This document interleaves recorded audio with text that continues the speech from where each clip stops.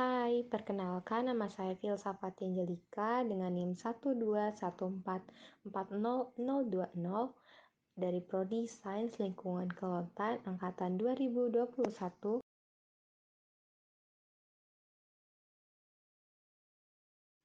Apa sih analisis komponen utama itu?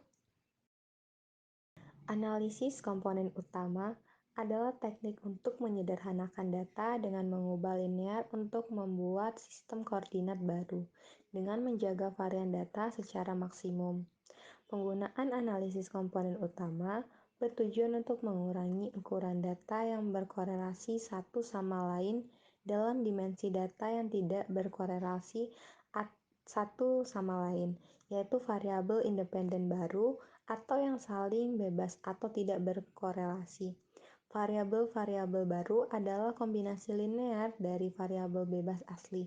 Variabel baru yang dihasilkan kemudian disebut komponen utama dan kemudian diregresi pada variabel tak bebas. Adapun pada laporan ini digunakan data analisis hubungan produksi ikan tangkap laut, curah hujan, dan suhu permukaan laut dengan model vektor autoregresif atau VAR. Adapun langkah kerja dalam mengolah data di SPSS menggunakan metode analisis komponen utama yaitu: yang pertama, input data atau ketik secara manual data yang ingin diolah pada SPSS. Kemudian klik variable view dan ubah nama, label, dan measure. Pilih analyze, kemudian klik dimension reduction dan klik vector. Lalu masukkan tangkap laut, suhu, curah hujan pada variabel. Klik description, checklist internal solution, koefisien, reproduce, anti-image, KMO, lalu klik continue. Kemudian klik extraction, ubah metode menjadi participle component, pilih correlation matrix based on eigenvalue, unrooted vector solution, script plot, dan lalu yang terakhir continue. Selanjutnya, klik rotation, pilih Varimax, rotate solution, loading plots, and continue juga. Kemudian, klik score, pilih save as variable, regression, dan klik continue. Lalu, klik option, pilih exclude case list with, sort by size, suppress small coefficient, dan continue. Lalu, yang terakhir, klik OK dan akan muncul output yang seperti ini. Berdasarkan hasil pengolahan data menggunakan SPSS dengan metode analisis komponen utama sehingga didapatkan data sebagai berikut. Output yang pertama yaitu Table Correlation Matrix.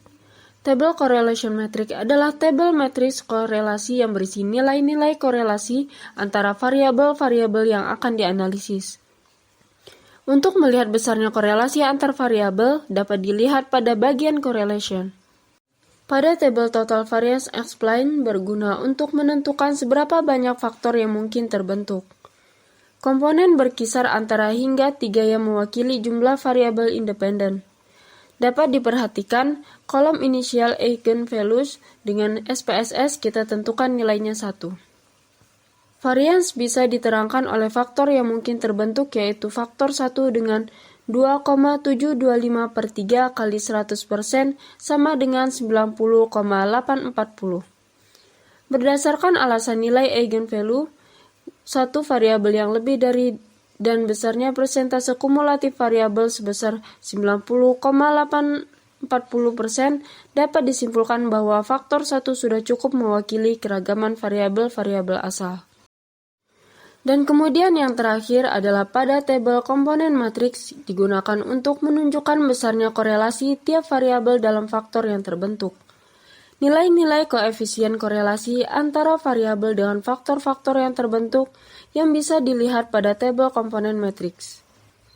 Komponen satu faktor tersebut menghasilkan matriks loading faktor yang nilai-nilainya adalah koefisien korelasi antara variabel dengan faktor-faktor tersebut.